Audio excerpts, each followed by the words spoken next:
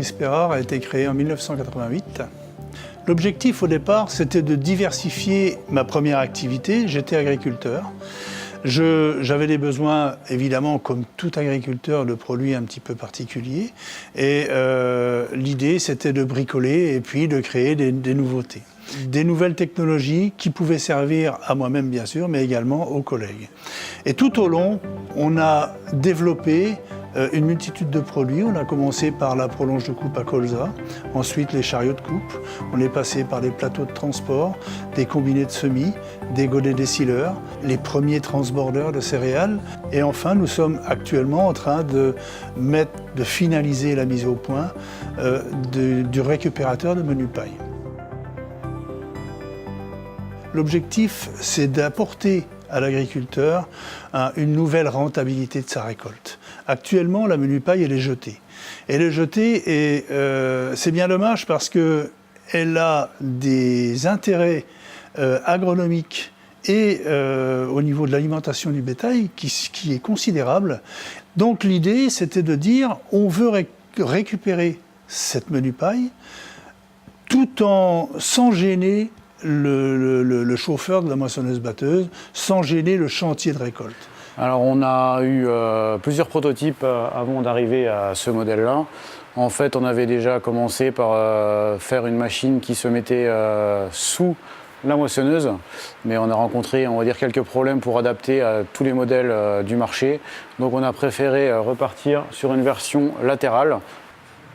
Ce qu'on fait pour installer notre presse, on enlève les éparpilleurs qu'il y a donc sur toutes les moissonneuses, et à la place des éparpilleurs, on va mettre cette vis sans fin qui va avoir le rôle d'amener la menu paille à la presse.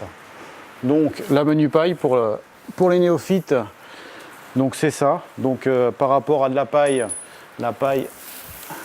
voilà la différence entre les deux matières. Donc c'est donc une matière beaucoup plus difficile à comprimer. Donc une fois qu'on a acheminé la menu paille dans la presse, on va donc la compacter et ensuite on va la lier avec des ficelles, comme une presse, on va dire, traditionnelle à botte carrée. Le but, c'est que l'utilisateur, le conducteur qui sera dans la moissonneuse, l'oublie totalement.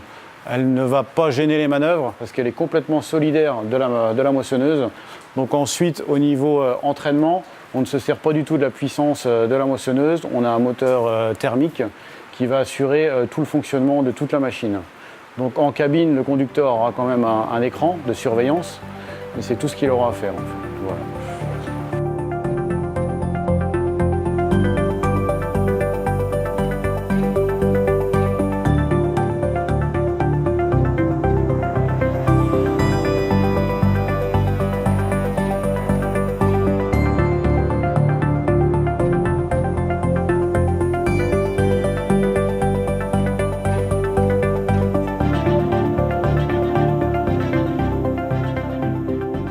Au départ, nous sommes constructeurs de matériel agricole. Constructeur, ça veut dire inventeur. Nous concevons toutes nos machines. Nous avons un bureau d'études qui ne travaille qu'à ça. Ensuite, nous les mettons en œuvre, c'est-à-dire qu'on achète de la matière brute pour sortir un produit fini. On fabrique, nous, en interne, l'intégralité de nos produits.